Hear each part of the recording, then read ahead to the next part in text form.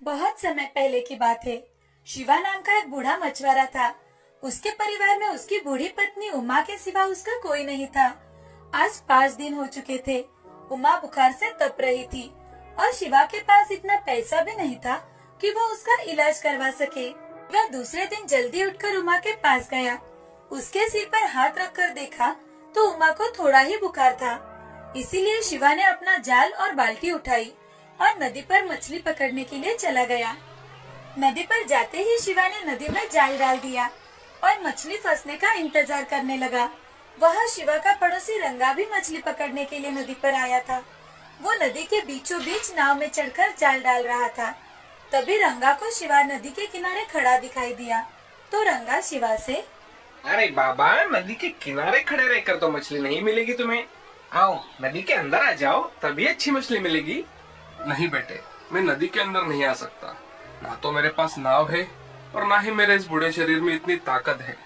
अगर भगवान चाहे तो मुझे किनारे पर ही बड़ी मछली दे जाएगा। तो फिर बैठे रहो नदी के किनारे, मुझे क्या, मैं तो जा रहा हूँ मछली पकड़ने। लगता है भगवान आकर ही तुम्हें लाल बड़ी मछली देने वाला है। ऐसा कहकर रंगा मछली पकड़ने लगता है। लाल मछली बड़ी ही नायाब मछली हुआ करती थी।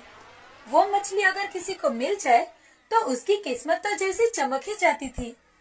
उस मछली की कीमत बाजार में लाखों में होती है। शिवा ने रंगा की बातों पर ध्यान ही नहीं दिया और काफी देर इंतजार करने के बाद नदी में से खुद का जाल निकालने लगा। उसने जब जाल खींचना शुरू किया तो उसे उसका जाल बहुत ही भारी लगा। लगता है बहुत बड़ी मछली जाल में फंसी है। शिवा ने जोर से जाल को ऊपर की ओर खींचा और बाहर निकाला तो उसका सारा जोश ठंडा पड़ गया। उसने देखा कि उस जाल में मछलियां ना होकर प्लास्टिक की बोतलें, शूज और नदी में फेंकी हुई चीजें थी। वो देखकर शिवा बहुत उदास हो जाता है। ये देख रंगा शिवा से, अरे बाबा, तुम्हें तो बहुत बड़ा खजाना मिल गया है। ऐसे ही खजाना मिलता रहा तो एक दिन तुम जरूर अमीर बन जाओगे। शिवा ने रंगा की बातों पर ध्यान ना देकर जाल में से सारा कूड़ा निकालकर फिर से नदी में जाल डाल दिया और मन ही मन, हे भगवान, इस दुनिया में कैसे लोग हैं जो नदी हमें पानी देती है, जिसे हम माता कहते हैं, उसी में कूड़ा कचरा डाल देते हैं। शिवा ने फिर से नदी में से जाल निकाला तो उसमें छोटी छोटी मछलियां फंसी हुई थी। लगातार मेहनत करने से उसका पूरा शरीर बहुत थक गया था। इसीलिए जो मछलियां फंसी थी उन्हें समेटकर शिवा बाजार में चला जाता है। बाजार जाकर एक जगह पर मछलियां रखकर शिवा ग्राहकों का इंतजार कर रहा था। पूरा दिन बीत जाता है। तभी शिवा खुद से, सोचा था थोड़ा पैसा आ जाएगा तो उमा के लिए थोड़े फल और दवाई लेकर जाऊंगा। शिवा सोच ही रहा था कि वहाँ एक आदमी आया और शिवा से, बाबा, ये मछलियाँ कितने की दी आपने? बेटा, ये मछलियाँ तो वैसे 200 रुपए की है, मगर शाम हो जाने के कारण तुम्हें मैं ये मछलियाँ 150 रुपए में दे दूंगा। 150 बहुत ज्यादा होता है बाबा, मैं तो इन मछलियों के 100 रुपए दूंगा। वैसे भी अब बाजार बंद होने वाला है, अब आपकी ये मछलियाँ कोई खरीदेगा भी नहीं। उसकी बातें सुन शिवा भी क्या करता।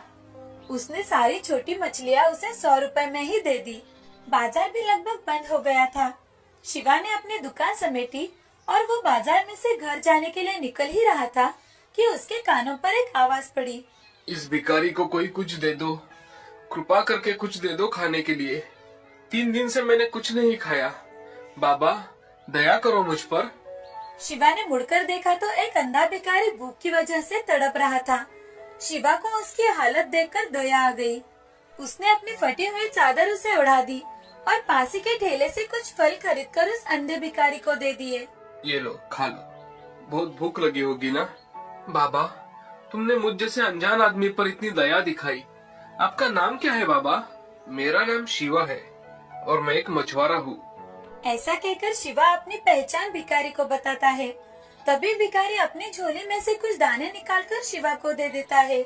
भिखारी शिवा से, तुमने किसी भी स्वार्थ के बिना मेरी मदद की है, मुझ जैसे भिखारी को खाना दिया है, इसका फल तुम्हें भगवान जरूर देगा। ये लो, मेरे पास कुछ दाने हैं, ये तुम रख लो। सुबह नदी में जाल डालने से पहले इसे पानी में फेंकना और बाद में जाल डालना।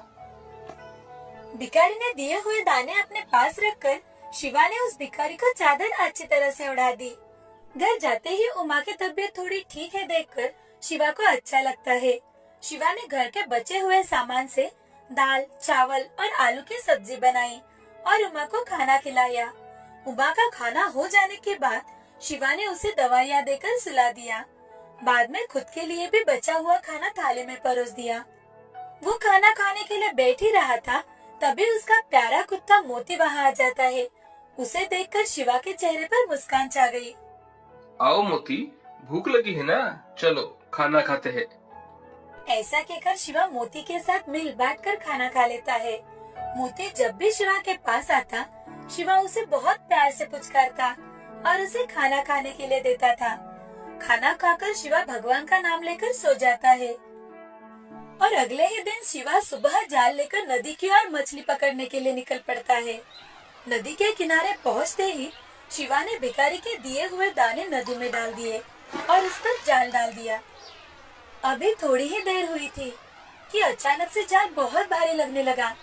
शिवा पूरी ताकत से जाल खींचने लगा और जैसे तैसे बहुत मेहनत करके जाल को बाहर निकाला। जाल को देखकर उसकी आंखें तो चमक गई। जाल में बड़ी सी लाल मछली फंस गई थी। रंगा भी यह नजारा देख रहा था। रंगा की आंखें तो आश्चर्य से फट पड़ी। रंगा के मन में तभी एक विचार आया। अगर मैंने ये लाल मछली चुरा ली तो मैं मालामाल हो जाऊंगा। इस बूढ़े शिवा से मुझे ये मछली चुरा लेनी चाहिए। ऐसा कहकर रंगा शिवा के पास चला जाता है। शिवा तो जैसे तैसे मछली घर लेकर जा रहा था, तभी शिवा को रंगा पीछे से धक्का देता है। शिवा नीचे जमीन पर गिर जाता है। तभी शिवा लोगों से, बचाओ बचाओ, ये रंगा मेरी मछली लेकर भाग रहा है, बचाओ कोई है। शिवा की आवाज दूर दूर तक सुनाई ना देने के कारण उसकी मदद करने के लिए कोई नहीं आया। थोड़ी ही देर में मोती भागते हुए शिवा के पास चला आता है और रंगा के ऊपर जोर जोर से चिल्लाने लगता है। रंगा के ऊपर मोती झपट पड़ा। मोती ने रंगा को बहुत जगह काट लिया। वो बहुत बुरी तरह से जख्मी हो गया था। रंगा दर्द से चिल्ला रहा था। तभी उसका चिल्लाना सुनकर लोग जमा हो गए और लोगों को सच पता चलने के डर से रंगा लाल मछली वही छोड़कर भाग गया। शिवा भी वहाँ पहुँच जाता है। लोगों ने उस मछली को उठाकर शिवा को सौंप दिया। शिवा मछली को देख, मछली बहुत बड़ी है, इसे 2-3 हिस्सों में काटकर अगर मैं बाजार में बेचूं तो इसका दाम भी अच्छा मिलेगा। शिवा मछली को लेकर घर चला जाता है। घर जाते ही शिवा मछली को काटता है तो उसके पेट में लाल रंग का एक चमकदार हीरा होता है। वो देख शिवा मन ही मन, हे भगवान, ये इतना कीमती हीरा इस मछली के पेट में कैसे आया होगा? इस हीरे की कीमत तो लाखों में होगी। इसे पाकर तो मुझे सारी जिंदगी तो कोई काम करना ही नहीं पड़ेगा। ये जरूर उस भिखारी के दिए हुए दानों का ही कमाल है। इस हीरे का एक हिस्सा मैं उस भिखारी को देकर आऊंगा। ऐसा सोचकर शिवा उसी जगह चला जाता है जहाँ वो भिखारी उसे मिला था। मगर उस जगह पर अब कोई नहीं था। वहाँ तो बस शिवा की फटी हुई चादर ही पड़ी हुई थी। शिवा ने लोगों से पूछने पर उन्होंने कहा कि उन्होंने आज तक यहाँ पर किसी भिखारी को नहीं देखा। तो फिर वो भिखारी कौन था जो मुझे दिखाई दिया मगर लोगों को नहीं दिखाई दिया? क्या स्वयं भगवान ने मुझे दर्शन देकर मेरी मदद की?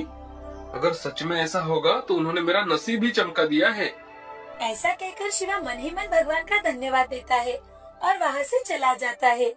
इस घटना के बाद शिवा की जिंदगी ही बदल गई। उसके जीवन में किसी भी चीज की कोई कमी नहीं थी। वो अपनी पत्नी उमा के साथ और कुत्ता मोती के साथ सुखपूर्वक जीवन व्यतीत करने लगा।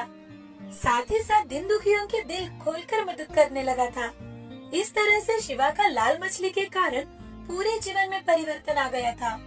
गरीब की किस्मत इस तरह से बदल भी सकती है, इस पर अब शिवा का विश्वास हो गया था। वो खुशी खुशी अपना जीवन व्यतीत करने लगा। इस कहानी से हमें ये सीख मिलती है कि हमेशा मेहनत करके अपना काम पूरी श्रद्धा और लगन के साथ करना चाहिए। अगर हमने हमारा काम अच्छी तरह से किया तो हमारी मेहनत का फल हमें अवश्य मिलता है।